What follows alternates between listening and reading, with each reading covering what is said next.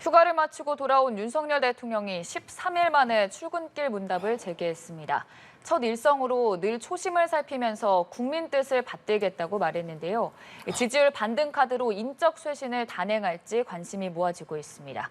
한편 국민의힘은 비대위 전환을 위해 전국일을 하루 앞두고 전운이 고조되고 있습니다. 여야 상황과 함께 여러 가지 정치권 이슈들 짚어보죠. 김영준 명지대 교수, 최창렬 용인대 특임 교수 나오셨습니다. 어서 오시죠. 안녕하세요. 안녕하세요. 우선 13일 만에 재개된 윤석열 대통령의 출근길 문답 메시지 일단 어떻게 들으셨는지요? 원론적인 얘기입니다. 네. 이제 초심으로 돌아가겠다는 얘기인데 일단 발언 그 자체보다도 향후 어떤 이제 메시지를 또 내고 대통령실 차원도 그렇고 대통령도 그렇고 또 그동안 여러 문제가 제기됐잖아요. 의혹, 논란 이런 것들.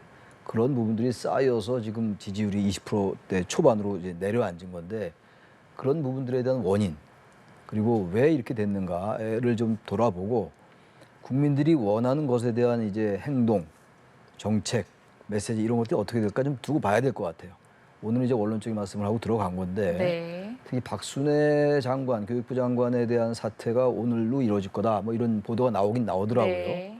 그 부분 제가 볼 때 그렇게 해야 될 것 같고 그리고 그동안 얘기돼 왔던 여러 가지 무속인 이권 개입 논란이라든지 관저 수주 논란이라든지 의혹 이런 것들에 대해서 분명히 좀 정리 좀 해야 될 것 같아요. 그러고 난 다음에 차근차근 하나씩 해 나가야 된다라고 일단 총론적인 말씀을 드립니다. 네. 근데 사실 이 지지율 하락 국면 초임만 하더라도 지지율에 연연치 않겠다라고 발언했던 윤 대통령을 보면 지금은 조금 자세를 낮춘 듯한 모습도 있거든요. 변화해야죠.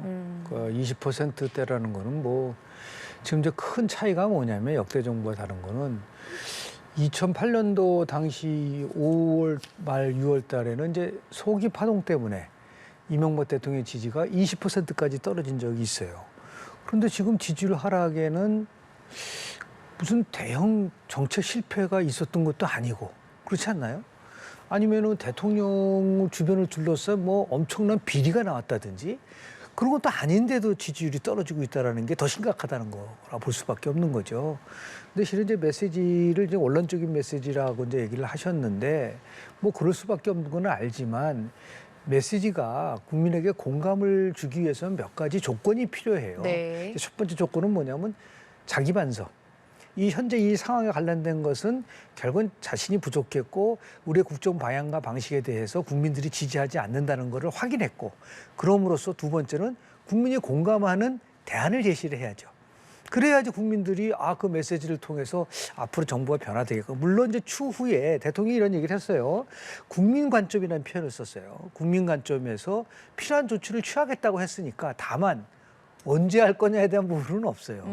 그래서 대통령 인사 스타일이 보니까 바로 임명한 지 얼마 안 된 대통령실의 참모나 내각을 제가 볼 때는 이제 교체하는 것에 대한 것들은 자기 스타일과 맞지는 않는 것 같아요. 근데 분명한 거는 연말까지 지금 연말에 한 4개월 정도 남았거든요. 그러면 새 정부 출범하고 나서 한 6개월 이상이 되는 건데 그때까지도 어찌 보면 길지도 몰라요.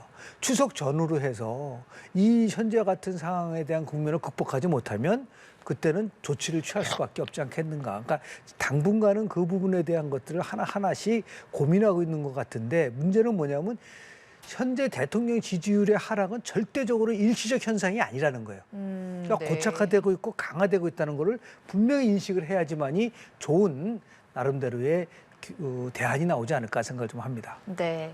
지지율 하락의 요인으로 여러 문제가 거론이 되고 있지만 인사 문제, 이와 관련해서 박순애 교육부 장관의 사퇴설도 지금 제기가 되는 상황인데 앞서 최창렬 교수께서는 사퇴를 해야 된다는 입장을 좀 밝히셨고 교수님께서는 어떻게 생각하십니까? 여러 군데에서 사퇴해야 되면 저는 이제 사퇴를 하냐 안 하냐 그 문제보다도 네. 더 심각하게 보는 거는 뭐냐면 박순애 장관을 임명할 때 그 태도예요.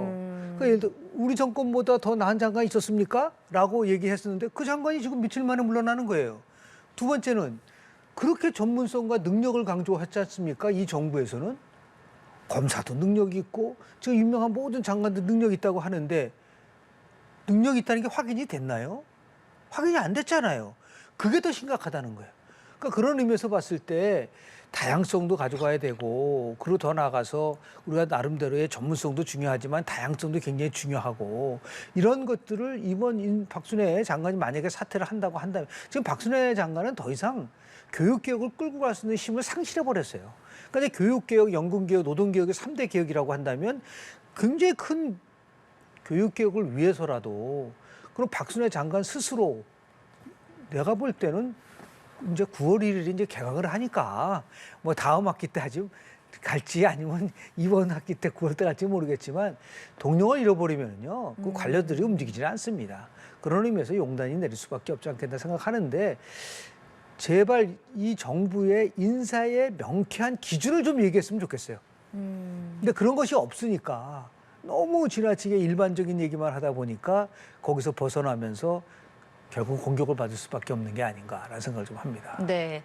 박순애 교육부 장관 사퇴 여부를 떠나서 그 임명 과정에 있어서 뭐 청문회 없이 하는 등 이 절차상에 좀 비약을 지적을 해주셨습니다. 절차상의 문제야 뭐 당연히 지금 국회가 잘 뭐 늦게 열린 것도 있고 여러 가지 이유가 있는데, 설령 그렇다 하더라도 박순애 장관의 경우는 취약 연령 문제, 이 문제 이렇게 선거법에 제시 안 했으면 이렇게까지 사퇴 얘기는 안 나왔을 거예요. 이제 과정이 그랬다 하더라도 정책을 잘 하고 뭔가 민심에 부응한다면 그런 이제 문제가 사그러들겠죠. 근데 그렇지 않으니까 같이 얘기가 나오는 건데, 지금 이제 그 지지율이 낮은데 그 지지율 낮은 거의 원인 여러 가지가 지금 나열되고 있잖아요. 그중에서 항상 모든 여론조사 기관에서 나오는 게 1위가 인사 문제더라고요. 네. 그거는 간과할 수가 없는 거거든요. 뭔가 문제가 있다라고 인정을 해야 돼요. 민주주의 정치에서 모든 거를 다 뭐 여론에 따라만 할 수는 없습니다만 일반적인 흐름을 거역할 수는 없는 거예요. 인사 문제가 뭔가 문제가 있구나라는 인식이 필요하다는 겁니다. 제가 항상 강조했던 게 어떤 국정을 대하는 태도의 문제, 인식의 문제, 이런 말씀을 드렸는데, 그 인사가 무엇이 문제가 있을까? 이제 그런 지금 앞서 말씀하신 게 다 문제인데, 최근에 또 아주 고위직들은 아니라 하더라도 대통령실의 그 행정관급들의 그 인사 문제가 많이 논란이 됐단 말이에요. 그럼 이런 문제가 자꾸 쌓여서, 아까 우리 김 교수님 말씀처럼 정말 결정적인 뭐가 있는 건 아니거든요, 지금. 물론 뭐 교육부 장관이 느닷없이 저기 취약 연령 얘기한다든지 외고 폐지 얘기하는 거, 이런 건 잘못된 거죠.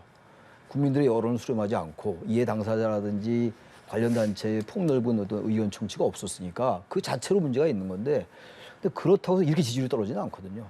여러 가지가 쌓인 거예요. 인사 문제도 그렇고 또 아까 관저 문제, 수주 문제도 그렇고, 그러니까 대통령 부인과 관련된 문제도 분명히 인정할 수밖에 없다라는 거예요. 그러니까 그런 것들이 여론이 안 좋으니까 정치라는 게 여론에 따라서 할 수밖에 없는 거잖아요. 지지율이 안 나오면 동력을 받을 수가 없어요. 아무리 권한이 있다 하더라도. 그렇다면 이런 것들에 대해서 뭐가 문제인가 들여다봐야죠. 그게 이른바 이제 성찰이고 흔히 말하는 그 반성이고 이런 거거든요. 그게 더 중요한 것 같아요. 메시지가 어떤 메시지가 나오느냐도 중요합니다만, 그 메시지가 나올 때까지 왜 이런 문제가 나오는 것인가, 즉 국민들의 여론에 반응하는 것. 민주주의 정치에서 가장 중요한 게 대표성, 책임성, 반응성, 이런 얘기를 많이 저도 말씀드렸고, 여론이 많이 안 좋단 말이에요 지금. 이렇게까지 떨어지나. 100일도 안 됐는데, 100일이 8월 17일이에요 취임 100일이. 이렇게 20% 초반으로 주저앉는 건 문제가 분명히 있는 거죠. 그럼 얘기되는 게 인사 문제, 소통 부족, 독선, 이런 것들이란 말이에요. 게다가 최근에 이제 그 취약 연령 문제, 정책 문제도 있고 당내 분란, 이런 게 다 같이 결합돼서 나타나는 현상이거든요. 어느 한두 개가 아니란 말이에요. 과거 이명박 정부 때처럼 광우병 사태라든지 저기 이명박 정부 때 또 뭐 나중 얘기지만 4대 강 문제, 이런 것들은 아니라 이런 얘기.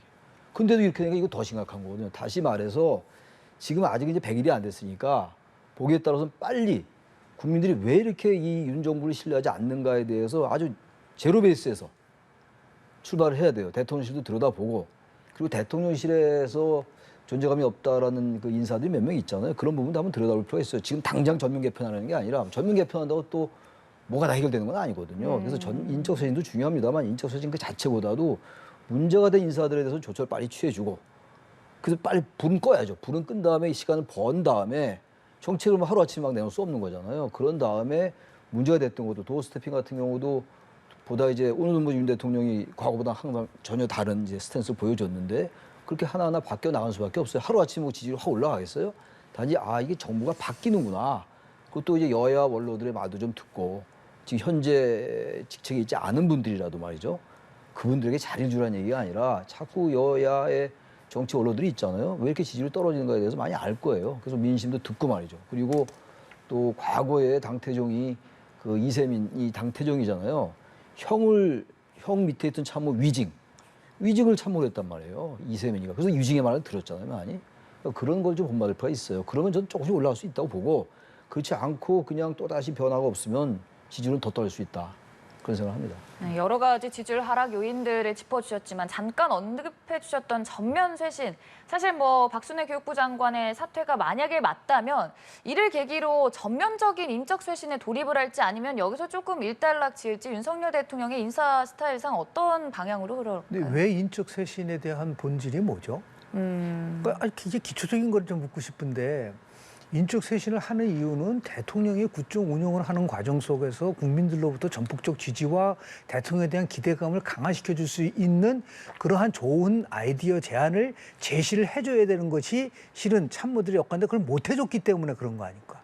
그 사람을 바꾼다고 그 문제가 해결되는 게 아니에요. 네. 왜 문제가 있느냐면 2008년도 광우병 파동이 났을 때 제가 한번 여론조사를 한번 해봤어요. 그때 대통령 이명박 대통령 지지도가 25%까지 떨어졌는데 그때 조사를 해본 적이 있습니다. 선생님께서는 옛날에도 이명박을 지지했고 지금도 이명박을 지지한다. 이명박 고정층이 25%였어요. 옛날에는 이명박을 지지했는데 지금은 지지하지 않는다. 이탈층이 36%였습니다. 다시 물어본 거예요. 그렇다고 왜 그러면 이탈을 했느냐 물어봤더니 가장 많이 나온 대답이 뭐였냐면 우리 같은 서민을 생각하는 것 같지 않아서 일이 일어나왔어요. 그래서 그 다음에 친서민 중도 노선으로 기조를 바꿨는데 지금도 마찬가지예요. 이렇게 떨어지는 이유 속에서 가장 큰 거는 대통령이 추구하려고 하는 국정의 가장 근본적인 목표 가치가 뭐냐라는 거예요. 그게 보이지 않기 때문에 다른 일이 발생되면 추가적으로 떨어지는. 대한민국을 세계 5대 강국으로 만들겠습니다. 부패 없는 나라를 만들겠습니다. 2002년도 대통령이 됐었던 노무현 대통령이 뭐라고 했어요? 특권과 차별 없는 세상을 만들겠다. 뭔가 큰 나름대로의 국정이 나갈 방향성에 대한 얘기를 하고 그래서 개혁을 해야 되는데 지지가 떨어진다 하더라도 국가를 살리기 위해서는 지지율이 0%가 되나 하더라도 개혁 완성하겠습니다라고 하는 그 강력한 의지를 보여줘야지 국민들이 대통령에 대한 믿음을 갖고 지지를 하는 것이지 지금처럼 뭐 장관 몇 명 경질하고 참모진 경질하고 그게 문제의 본질이 아니에요. 도대체 이 대한민국을 어떤 방향으로 끌고 갈 것이냐에 대한 명쾌한 비전과 전략과 그리고 더 나가서 대국민 설득.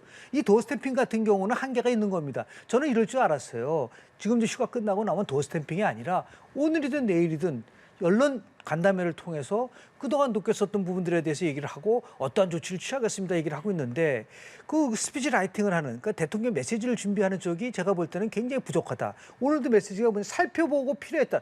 그럼 그동안 살펴보지 않았다는 건가요? 대통령이 지금 휴가 시간에 살펴봤었어야 되는 거죠. 그런데 멘트가 뭐라고 하냐면 살펴보고 필요할 때 제가 이런 멘트들은 잘못된 멘트인 거예요. 그래서 아마 뭐 여러 가지 이유가 있겠지만 대통령이 제일 중요한 힘은 어디서 나오냐면요. 권력에서 나오는 게 아니고 설득에서 나오는 겁니다. 설득의 리더십을 보여주고 정말 어려운 부분에 대해서 1시간이고 2시간이고 3시간이고 국민들에게 소상하게 무엇이 잘못됐었고 이런 부분에 대해서 부족했고 정직한 대통령이 되겠다.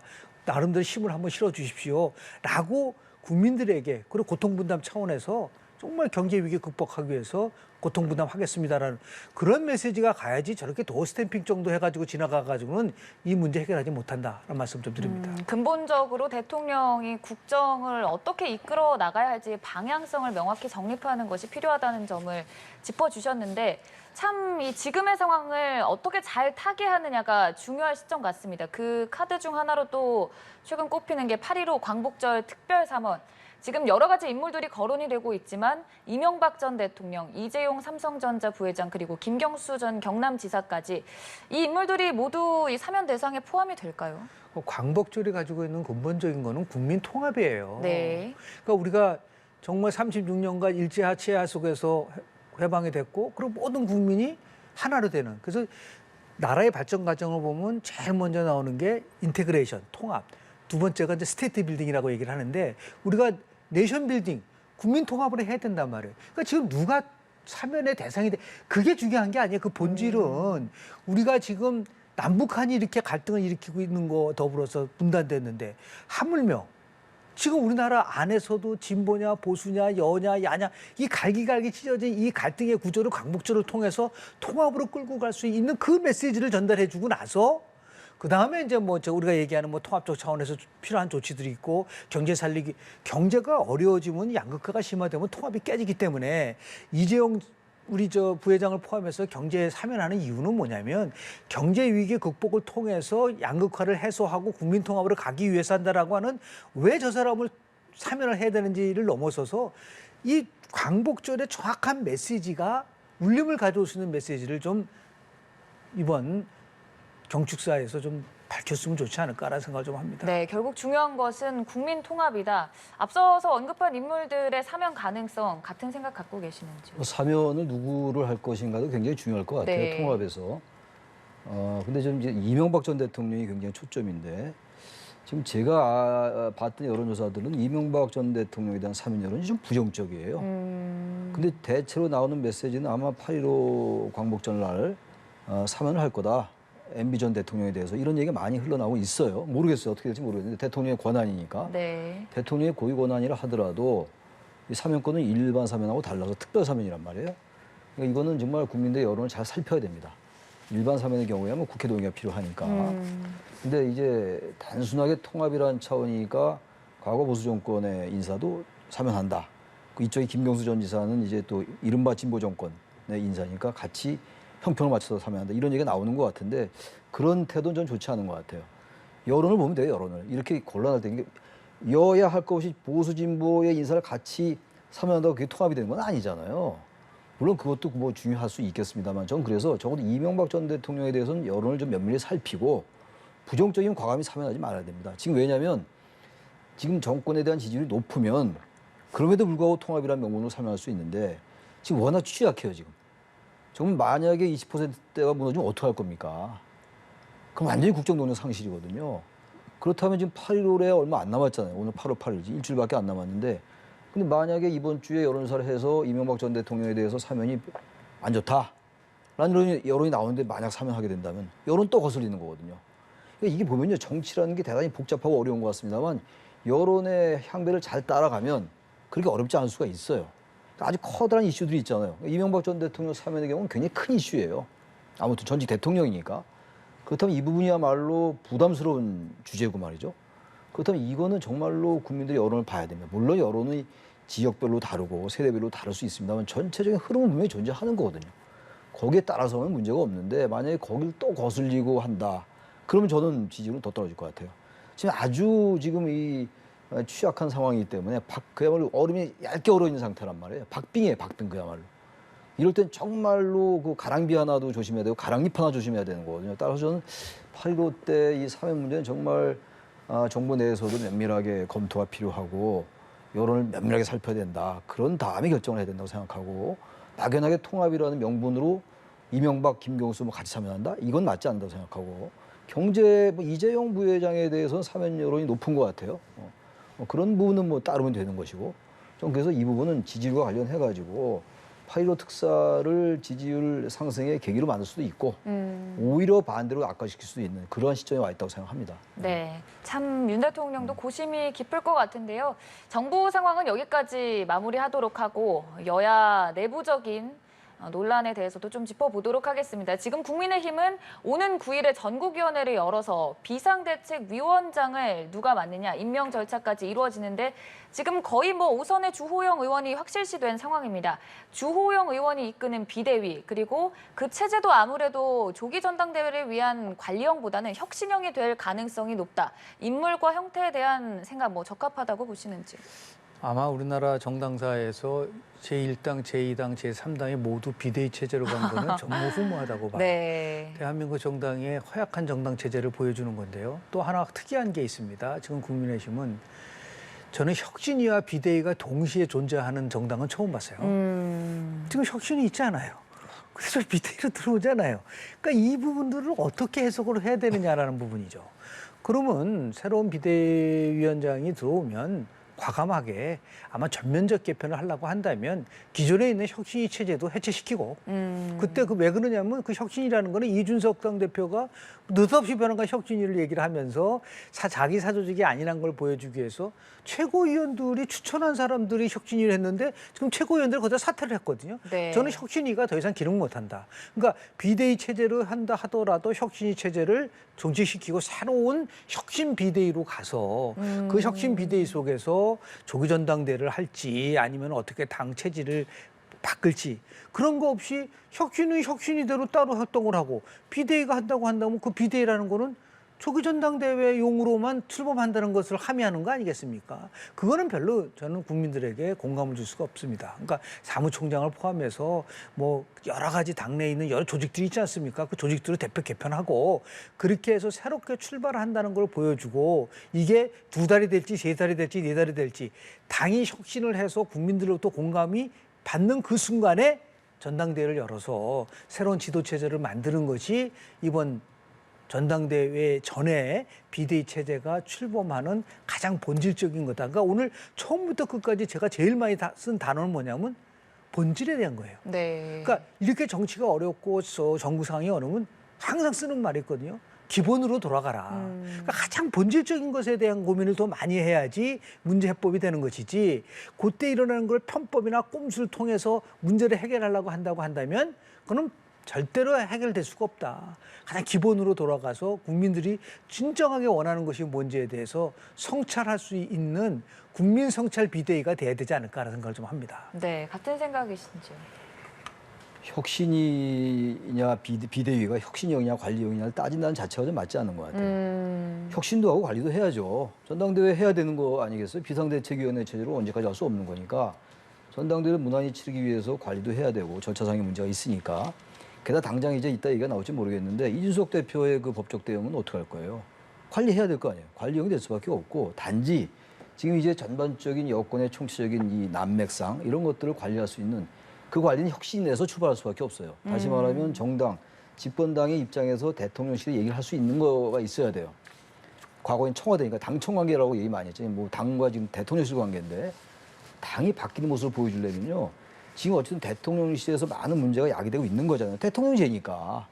대통령제에서 지지율 떨어지면 대통령실에 문제가 있는 거죠. 대통령 포함해가지고. 그렇다면 이 부분을 대해서 당이 비대위가 출범하면 새로 얘기를 할 수 있어야 돼. 그게 전 혁신이냐 단순하게 그냥 관리위에 그치는 거냐 관리형이냐의 가늠자가 될 거라는 생각이 들어요. 그러니까 주호영 의원은 저는 뭐 타당한 인사라고 생각합니다. 네. 왜냐하면 5선 의원인데다가 과거에 그 당대표 권한대행도 해봤고 원내대표도 역임했기 네. 때문에 뭐 경력상에 있어서 문제가 없고 또 양쪽에 뭐 이른바 이준석 대표계 친윤계 여기서 좀 자유로운 인사라서 전 주호영 의원이 전 무난할 것 같아요. 윤핵관의 어떤 그런 이미지가 있는 인사는 하면 안 되죠. 이럴 때는. 지금 어쨌든 이 당의 이 지금 갈등의 이 핵심이 이준석 대표 측과 친윤그룹과의 갈등이면 틀림없잖아요. 본질적인 게. 근데 어느 한쪽에 편을 드는 인사가 되면 안 되는 것이고 그런 면에서 주호영 의원은 타당한데 주호영 의원이 들어서서 이 비대위를 정말 혁신도 하고 관리도 같이 해 나갈 수밖에 없어요. 그래서 일단 지지율을 좀 올리고 대통령실과 협력해서 그러니까 당정대가 같이 이제 하나의 그 집권 연합으로서 말이죠. 지지를 올리는데 당이 앞장을 서야 돼요. 당이 중추기능을 담당해야죠. 지금 당이 존재감이 없잖아요. 맨날 싸우는 거 이외에는.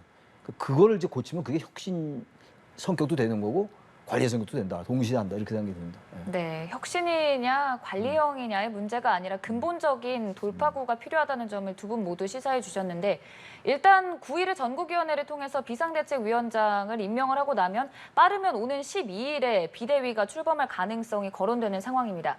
근데 이준석 대표가 지금 13일에 기자회견을 예고했거든요. 어떤 발언들이 나올 것으로 예상하시나요? 뭐 가처분 신청에 관련된 자신의 입장들 네. 그리고 결국은 자기를 쫓아내기 위해서 비대위를 만드는 거다라고 하는 것들 그리고 여러 가지 자신에 대한 뭐 그 여러 주장들을 얘기를 하겠죠. 그러나 두 가지 면에서 득이 있고 실이 있다라고 저는 봐요. 네. 득이라는 거는 뭐 끝까지 이렇게 본인이 저항하는 모습을 보이면서 자기의 존재감을 보여주고 싶다고 하는 거 그것까지 저는 막을 수는 없다고 봐요. 네. 그러나 저는 득보다 실이 훨씬 크다고 봅니다. 정치는 뭐 홍준표 우리 시장도 얘기를 했지만 일단 당 대표가 공개적으로 밖에서 대통령이라든지 당에 대해서 저렇게 이준석 대표는 내부 총질이 뭔지를 이해를 못하는 것 같아요. 지금 그런 행동이 내부 총질하고 있는 거예요. 그러니까 본인이 내부 총질한 게 뭐가 있냐. 그거는 그 내부 총질하고 말한 사람의 인식이 한심하다 그러는데 저는 그 자체를 내부 총질 인식하지 못하는 이준석 대표의 인식이 더 한심하다고 좀 봐요. 그러니까 정치인이라는 거는 결국은 자기가 억울할 때도 있지만 그걸 어떻게 하든 간에 국민들을 나름대로 설득을 하고 선당후사의 자세를 보이고 그런 모습을 보이면서 성숙해 나가지 아주 유화적 정치에 매몰되어 있기 때문에 저는 뭐 신청할 수 있겠지만 정치적으로 봤을 때 얼마나 많은 사람들이 그 이준석 당대표에 대해서 동의를 할 것인가. 그건 다시 한번 자기가 깊이 생각을 해봐야 되지 않을까라는 생각을 좀 하게 됩니다. 더 나아가서 이 문제와 관련돼서 그렇다고 한다면 지금 국민의힘의 경우 같은 경우에 이준석 당대표가 이제 나름대로 이제 비대위가 뜨면은 아예 대표로 돌아올 수 있는 길이 막힌다고 한다면 이 사람이 어쨌든 간에 명예회복을 할 수 있는 방법은 없는 건지 그냥 끝내버리는 게 나은 건지 예전 문제도 명쾌하게 저는 비대위에서 아마 논의가 될 수 있을 가능성은 좀 있다고 봐요. 그래야지 그게 당이 하나로 가져갈 수 있는 것이지 저런 식으로 서로 남대하듯이 한다는 것이 과연 정치적인가? 정치력이 거의 없다. 그러니까 10년 정치한 지 2년 됐다고 하지만 제가 볼 때 한국 정치의 지금 가장 큰 문제가 정치에 내공이 있는 사람이 없다는 거예요. 그러니까 경험이 많다고 내공이 있는 게 아닙니다. 상황에 대한 정확한 판단과 거기에 맞춰서 국민들에게 공감을 할 수 있는 그런 능력을 갖추고 있는 게 과연 지금 이준석 대표의 행태가 그런 거를 보여주고 있는 것인가. 저는 거기에 동의하고 싶지 않다. 그러니까 더 나가서 더 성숙하고 더 나름대로 반성하고 똑같은 얘기죠. 이재명 후보 같은 경우에 지금 압도적 지지를 받아요. 그런데 여러 가지 의혹에 대해서 뭐라고 얘기하죠? 아, 이건 다 정치 보복이고 나랑 상관없다. 이준석 대표가 얘기한 거는 거의 똑같지 않아요? 이재명 의원이 얘기하는 것처럼 아, 이거는 음해고 뭐 뇌물이다, 성상납이다, 증거인멸은 나랑 상관없다. 자신에게 대해서 그렇게 관대한 식으로 가져갔을 때 과연 국민들을 설득할 수 있을까? 한번 좀 더더욱 반성을 해야 되는데 뭐 가처분 신청하는 거야. 뭐 본인의 자유라고 볼 수밖에 없지만 그게 어떠한 정치적인 파장을 가져올지는 더 두고 봐야 될 거라고 좀 봅니다. 그럼 말씀처럼 이준석 대표가 가처분 신청을 하고 이걸 만약에 법원이 받아들이게 되면 어떻게 되는 거예요? 그거는 뭐 그 이유겠죠. 그러나 지금 여러 상황으로 봤을 때 저는 인용하기가 쉽지는 않을 거라고 봐요. 왜냐하면 네. 기막막한 게 아니잖아요. 나름대로 법적인 절차도 거쳤고 그리고 더 나아가서 지금 법원은 통상적으로 정당 내부에서 일어난 일에 관련돼서는 본인 입장을 밝히는 적이 거의 없습니다. 그러니까 당내 문제는 당내 문제를 해결하라는 문제로 얘기를 하기 때문에 국회 문제는 다르지만 당내 문제는 철저하게 정치적인 문제이기 때문에 그런 것에 대해서 판결을 내린 적이 거의 없다고 좀 봐요. 네, 오는 13일 이준석 대표의 기자회견에서 가처분 신청 등이 거론될 것이란 말씀을 해주셨는데 뭐 더 나아가서 윤석열 대통령을 겨냥한다든지 또 다른 메시지가 나올 수 있을까요? 뭐 그건 제가 뭐 추측하기는 어려운데 지금 아마 네. 기자회견에서 대통령을 직접 저격하는 얘기는 안 나올 것 같아요. 네. 이미 여러 번 얘기를 했기 때문에 네. 뭐 그렇게 효과가 있지도 않고 이준석 대표로서 뭐 정말 참기 어려울 거예요. 대선도 이기고 지방선거도 이겼는데 이렇게 나를 몰아내려 하는구나. 그리고 사실 2013년도에 성상납 의혹은 지금 공소시효도 지났다는 거 아니에요? 그러면서 볼 때 게다가 경찰의 수사 결과가 나오지 않았고 지금 국민의힘에서 내부적으로 지금 이준석 대표를 몰아내려 하는 이 절차는 굉장히 거칠어요. 물론 절차에 따라서 한다고 하더라도 당원당규 바꾸는 거 아니에요 지금. 원래는 비대위원장을 직무대행은 임명하지 못하게 돼 있는데 그거 바꾸겠다는 거 아닙니까? 그 상임정부위원회라고 전국위원회 여는 거 아니에요? 네. 절차상으로 하자가 없지만 정치적으로 대단히 무리가 따르는 거죠. 근데 워낙 이제 당이 어렵고 여권 전체가 지금 자중질환에 빠져 있고 지지율이 낮으니까 당신이 좀 참으죠 이런 얘기거든요. 자꾸 그렇게 SNS 활동하고 그래봐야 결국은 여권 전체가 방향은 이미 잡혔으니까. 어차피 이준석 대표가 지금 당 대표로 복귀할 가능성은 지금으로선 거의 없어요. 6개월 이후에 당원권 정지가 이제 풀리고 만약에 경찰 수사 결과가 별 혐의가 없는 걸로 나오거나 그렇게 된다면은 복귀할 수 있지만 과연 정치적으로 가능하겠냐 이런 얘기군요. 그렇기 때문에 일단 발언을 좀 자제하라고 저도 말씀드리는 거거든요. 그럼 이 대표로서 사실 뭐 그런 법적 대응 안 하기가 어려울 거예요. 본인은 굉장히 억울할 테니까. 내부 총리란 문자 이후에 더 격해졌더라고요. 그 전에 조금 발언도 자제하고 좀 당의 여러 가지 문제에 대해서 당 대표로서 좀 뭐 입장을 지키는 것 같았는데 내부 총리 문자 노출되고 난 다음에 저렇게 격해졌어요. 네. 그렇더라도 좀 이따 한 템포 낮추고 좀 동정 여론을 좀 기대하는 것도 괜찮아요. 이게 이제 워낙 더 어려워지고 당이 어려워지는데 여권 전체가 당대표를 했던 분이 현재 뭐 당대표는 당대표니까 그냥 자꾸만 같이 참여하면 양비론으로 갈 수밖에 없게 되거든요. 그 윤핵관들도 문제가 있고 이준석도 문제가 있다 이렇게 된단 말이에요. 그 이준석 대표가 나중에 그나마 지킬 명분도 없어진다 이런 얘기예요. 지금은 조금 자제하고 조금 안으로 이제 사겨야죠. 어떻게 했어요? 그게 자신을 더 성숙시키는 길이거든요. 왜냐하면 국민들이 여론 움직이는 거 보세요. 얼마나 정확한지 몰라요. 국민들 여러분이 다 보고 있기 때문에 같이 너무 그렇게 기자회견하고 또 SNS하고 이런 것들이 본인으로서는 그렇게 할 수밖에 없다 하더라도 조금 전 자제가 필요하다고 봐요. 그런 다음에 사태가 좀 가라앉고 얼마나 얘기할 수가 있는 거거든요. 그냥 계속 직자적으로 대응하는 건 오히려 본인의 정치적 장래를 위해서도 조금 신중할 필요는 있다. 그러나 이 윤핵관 쪽도 조금 이제는 자중해라. 그래서 양비론이 나오는 거예요. 그래서 저는 이준석 대표도 좀 당분간 물러나 있고 비대위 출범하면 윤핵관이란 분들 중에서 핵심이라는 분들 다들 알잖아요. 그분들도 조금 후퇴가 필요하지 않겠는가라는 말씀을 드리는 겁니다. 네. 참 양측 다 말씀처럼 악화일로만 건넨 상황이다 보니 이제는 이런 얘기까지 나오고 있습니다. 이준석 대표가 유승민 전 의원 그리고 뭐 오세훈 서울시장이랑 함께 신당을 만들 거라는 얘기까지 제기가 되고 있는데 그 가능성 높다고 보시는지요? 오세훈 시장이 명쾌하게 얘기를 했잖아요. 아, 네. 아니다. 네. 절대로 그런 일이 없을 것이다라고 보고요. 윤핵관이 있으면 또 이핵관도 있는 거 아니에요? 이핵관은 괜찮은 건가요? 윤핵관은 나쁜 거고? 그 말을 표현하면은 이준석이랑 가까운 핵심 사람들도 지금 극렬하게 반대를 하고 있잖아요. 그 다 같은 문제인 거죠. 동시에 문제인데 제가 말씀을 드리지만 정치는 머리로 하는 게 아니라 가슴으로 하는 거고 정치는 혼자 하는 게 아니라 함께 하는 겁니다. 그런 것들에 대한 기본에 대한 부분들을 너무 모른다. 항상 자기는 옳고 항상 자기가 했던 것들에 대해 가야지만이 되는 것이고 그게 보이지 않는 오만의 정치잖아요. 그런 부분들을 보여주고 있는 거잖아요.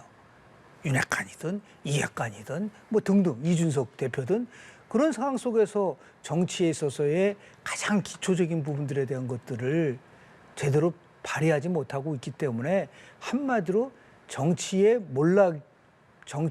퇴보에 분명하게 일조했다는 그런 사실을 지적을 좀 하고 싶습니다. 네, 국민의힘 상황은 여기까지 짚어보도록 하고요. 민주당 지금 한창 전당대회 레이스가 진행이 되고 있는데 전국 순회 경선을 치르고 있는 민주당이 지금 지난 주말이죠. 첫 경선에서 이재명 의원이 70%가 넘는 압승을 거뒀습니다. 뭐 어대명이라는 어차피 뭐 대표는 이재명이다 이런 얘기가 많이 나오긴 했지만 이렇게까지 압도적인 승리 예상하셨는지요? 뭐 70%가 되는지 80%가 되는지 그것까지는 제가 뭐 수치적으로 네. 알겠지만 거의 99.9% 이길 거다. 그럼 뭐 다들 예상했던 거 아니었겠어요? 요즘 확대명이라며요. 확실히 대표는 이재명이다, 뭐 확대명이란 말들도 하던데 근데 지금 이제 박용진 후보나 지금 강훈식 후보가 새롭게 뭔가를 메시지를 못 내는 것 같아요. 이재명 후보에 대한 장단점은 다 노출돼 있어요, 지금. 더 이상 얘기가 필요 없어요. 대선 기간 중에 얼마나 얘기가 많이 나왔어요. 그리고 뭐 개항 의뢰 출마하는 것들에 대한 찬반도 많았고 당대표도 마찬가지였는데 본인이 하고 싶은 거 다 하잖아요, 지금. 당대표 거의 확실히 되고 있고 물론 지금 이제 수도권이나 호남 이쪽에 권리당원 대의원이 많은 지역이 남았다 하더라도요. 전 크게 뭐 바뀌지 않을 것 같고 게다가 단일화 지금 그 동력도 거의 떨어졌어요.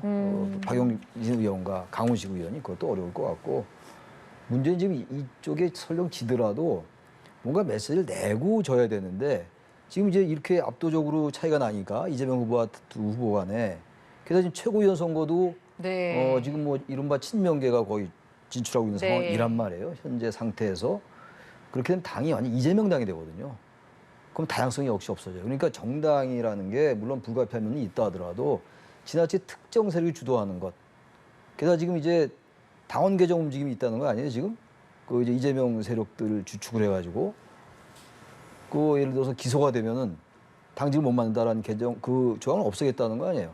이런 것도 잘못된 거거든요. 제가 보기에는. 이건 제가 볼 때 국민의힘은 지금 특정인을 몰아내려고 막 당원 바꾸는 거고 민주당은 특정인을 보호하려고 당원 바꾸는 거고 좀 단순화시킨다면 여기는 이론이 존재하겠습니다만 이러니까 한국 정치가 여야가 다 똑같단 말이 나오는 거예요.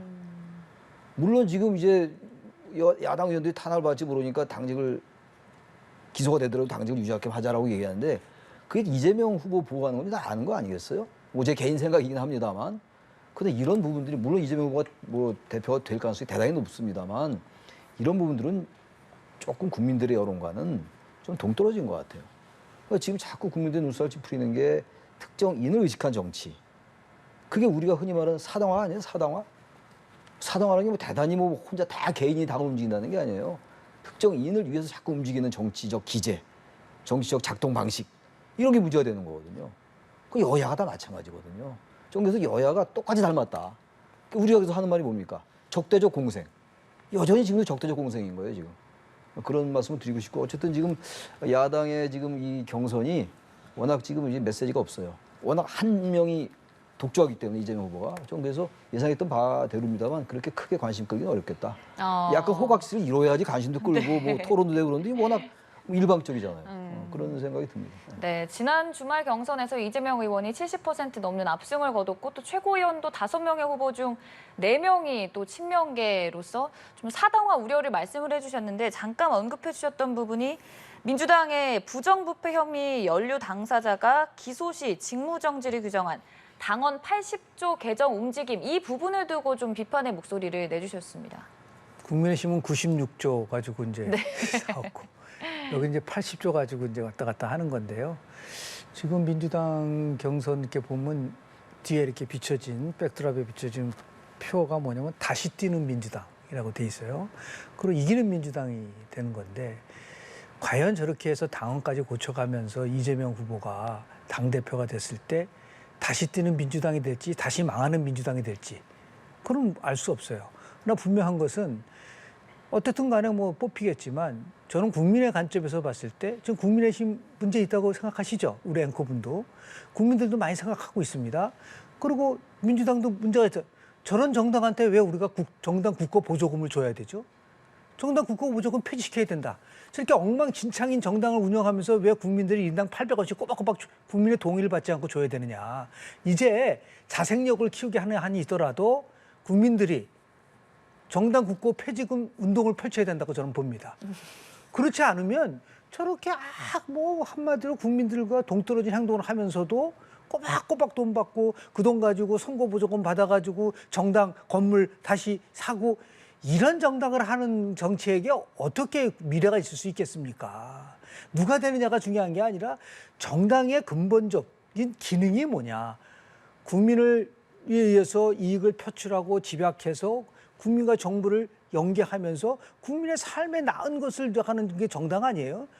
제가 볼 때는 국민의힘이든 지금 민주당이든 정의당이든 정당이 갖고 있는 기본적 기능이 다 상실됐기 때문에 저는 누가 오대명이가 되든 확대명이가 되든 국민들의 관심이 과연 끌 수 있겠는가. 그런 면에서 참 참담한 대한민국의 정당 정치가 지금 오히려 퇴보하고 있다라는 말씀 좀 드리고 싶습니다. 제가 말씀드리고 싶은 게 지금 네. 박용진 의원과 강훈식 의원이 굉장히 열세잖아요. 뭐 강훈식 의원은 뭐 4.98%밖에 안 되는데 이왕 지는 거 잠깐 반 이재명 얘기하지 말고 국민들이 원하는 게 무엇인가 좀 얘기해 줬으면 좋겠어요. 그 박용진 후보는 아무튼 신선한 게 있단 말이에요. 강훈식 후보는 지금 뭐 이른바 97세대고 그렇다면은 뭐 너무 승패 연연하지 말고 정치적 장래가 있는 사람들이잖아요. 이분들이. 그냥 박 의원도 너무 반명 뭐 이재명 이제 경선에 나왔으니까 상대 후보 1위 후보를 공격하는 건 당연한데 어차피 승패는 거의 정해져 있는 것이라면 그 전제로 깔고 말씀드리는데 그렇다면 박 후보나 강 후보가 민주당의 관점에서만 얘기하지 말고 민주당의 잘못된 거 전반적인 걸 지적해주고 이재명 후보에 관한 것만 말고 그리고 전반적인 대안을 좀 얘기해주고 이랬으면 전 좋을 것 같아요. 그러면서 약간 여운을 남겨야지 자꾸 반 이재명을 얘기해봐야 승패에 별로 영향을 못 주거든요. 그러니까 별로 이 민주당이 이 경선이 별로 지지를 못 받는 거다. 박 후보와 강 후보가 그런 생각이 듭니다. 네, 알겠습니다. 지금까지 김영준 교수, 최창렬 교수와 함께했습니다. 고맙습니다. 네. 고맙습니다.